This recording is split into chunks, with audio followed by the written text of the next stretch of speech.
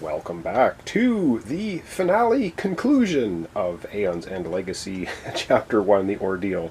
Kind of a bonus video for the series, and probably should have been included in the original run anyway. So it's you're seeing this, it's being kind of tacked on the end. I know in the last episode I said, ooh, that's the finale.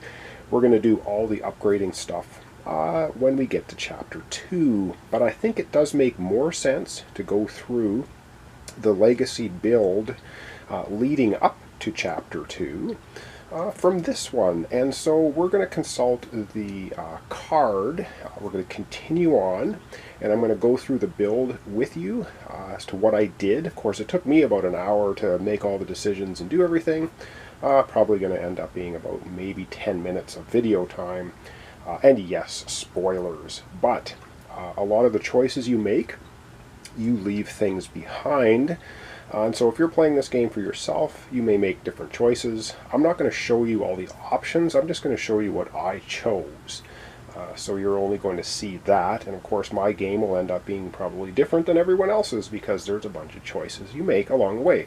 Alright, without further ado, let's get back to the Chapter 1 conclusion continued, and we're going to go through the Legacy build for my two characters, Death Maiden and Lifebringer, and I'll show you the choices I make, and then when we leave off this video, which will be the finale wrap-up, then when we get into the next series, we will be starting Chapter 2 right from the beginning and not doing this build. Alright, let's get to it.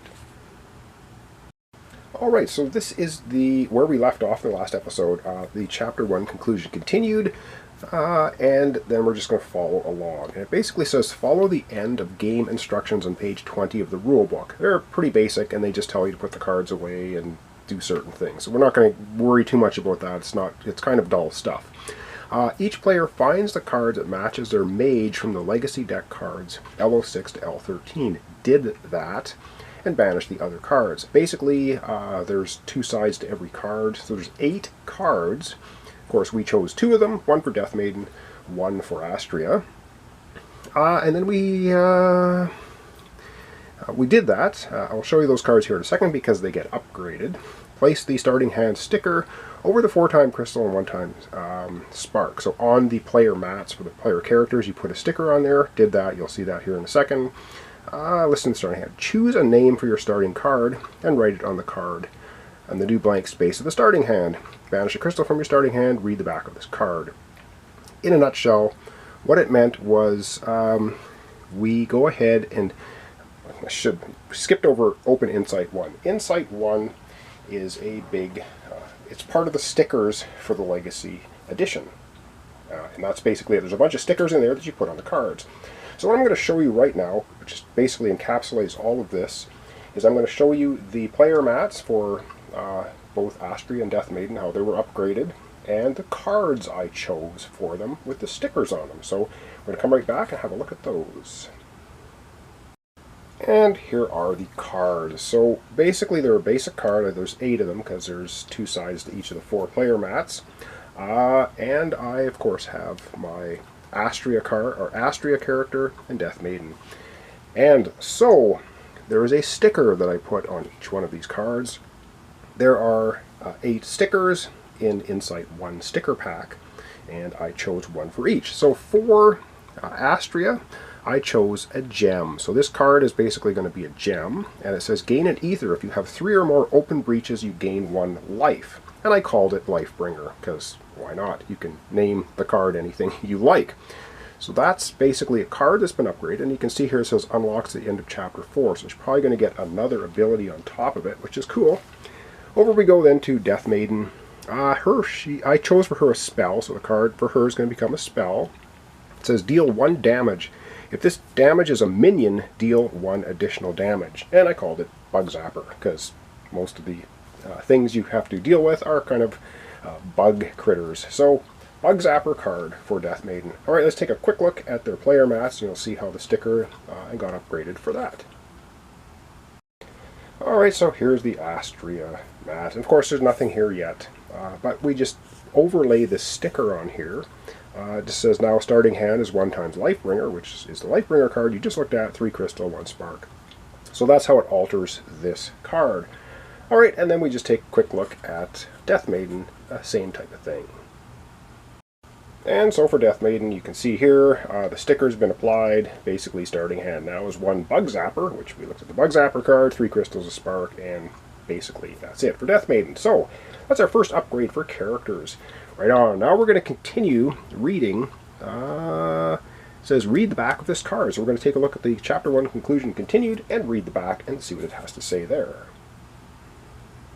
And I hope this focuses well enough. So basically at the back of the card it says banish the Maelstrom, Nemesis Mat, Nemesis Deck, and Assist cards. And what banish means is you just put them in the box under a banish tab, and you're not going to be using them for the rest of the campaign, or the Legacy campaign. And then it says open stop deck, 1D stop deck. There's a bunch of decks of cards in the game.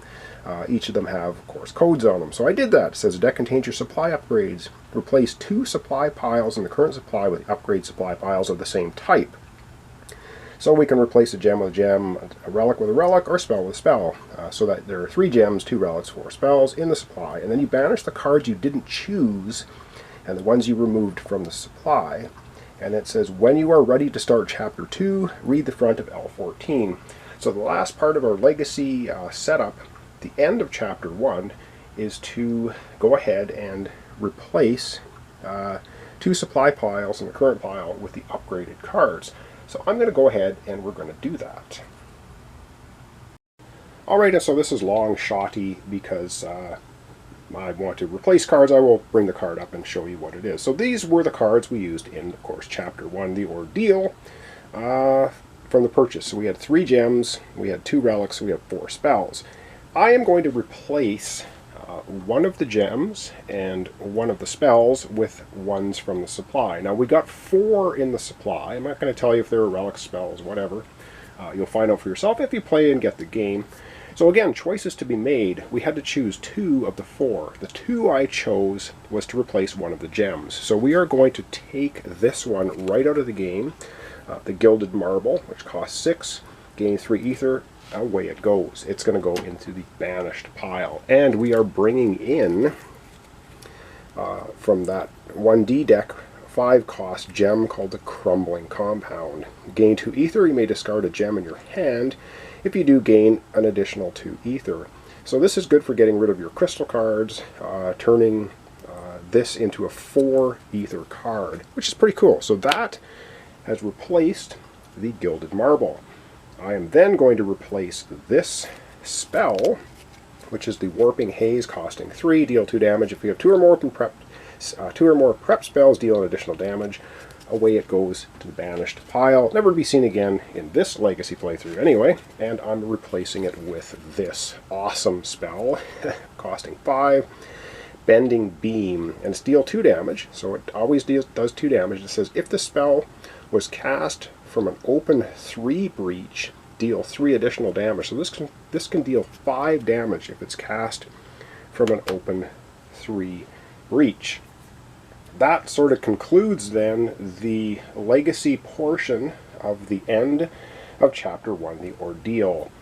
So I kind of wanted to include this video at the end of the series, like I said, because all of this stuff takes place before we get to the introduction of Chapter 2, which will be the next playthrough for this series. Like I said, I'll be doing other things in the meantime.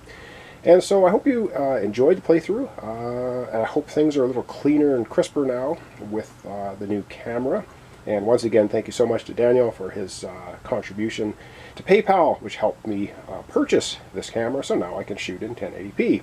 And hopefully things will be a little bit crisper to view. Alright, I guess we're going to wrap it up here. This is the wrap-up to the finale, to the conclusion of Chapter 1 Ordeal, Aeons and Legacy. And so that's it. So thanks so much for watching along. Thanks for your comments, subscriptions, likes. Really appreciate it. Join me next time for something else. I don't know what it's going to be yet. An entire playthrough series, of course. So thanks so much, and we'll see you then.